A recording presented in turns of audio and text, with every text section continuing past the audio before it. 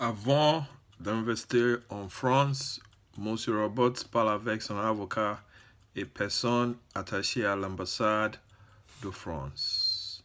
Ils sont en train de remplir une déclaration préalable d'investissement afin que Archway Cameras Incorporated puisse établir une filiale en France.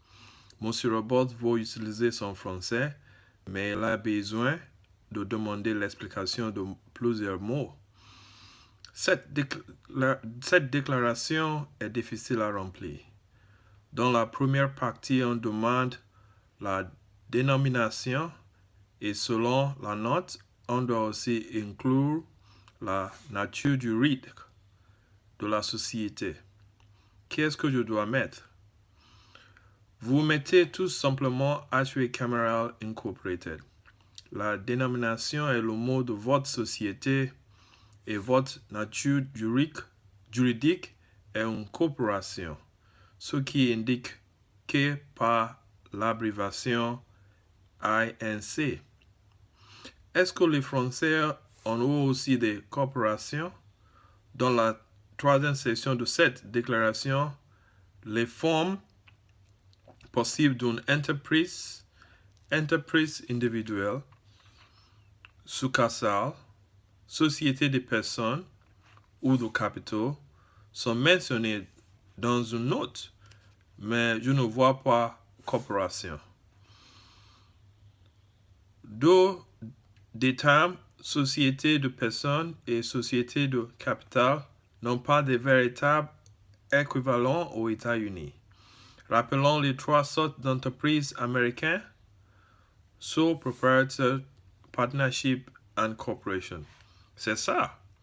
En France, nous avons aussi l'entreprise individuelle, mais pour les sociétés commerciales, nous avons les sociétés de personnes et les sociétés de capitaux. Nous avons aussi des entreprises civiles.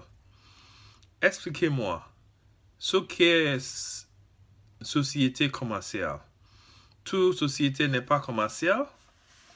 La grande différence entre les sociétés civiles et les sociétés commerciales réside dans les activités de la société. Les sociétés commerciales s'engagent dans des actes de commerce. La grande production de marchandises et leur distribution, détaillants et grossistes, l'achat de marchandises pour leur revendre, la location des marchandises, le transport, les assurances, les activités bancaires, etc. en plus pour être considérées sociétés commerciales. Il faut engager du personnel, acquérir des matériels et investir de sommes importantes. Mais qui est exclu? On ne compte pas les artisans, les agriculteurs, les pêcheurs et ceux qui ont tendance à travailler seuls ou avec des apprentis, des amis ou des membres de la famille. Pour ça, nous avons les sociétés civiles. Est-ce que les sociétés de personnes sont des partnerships?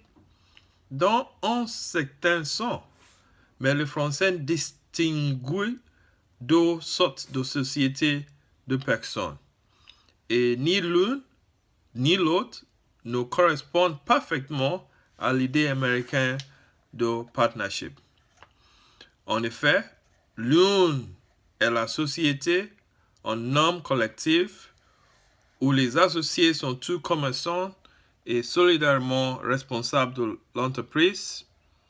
L'autre est la société en commandante simple où les commandaires sont responsables dans la limite de leur apport et les commandités sont responsables sur tous leurs biens.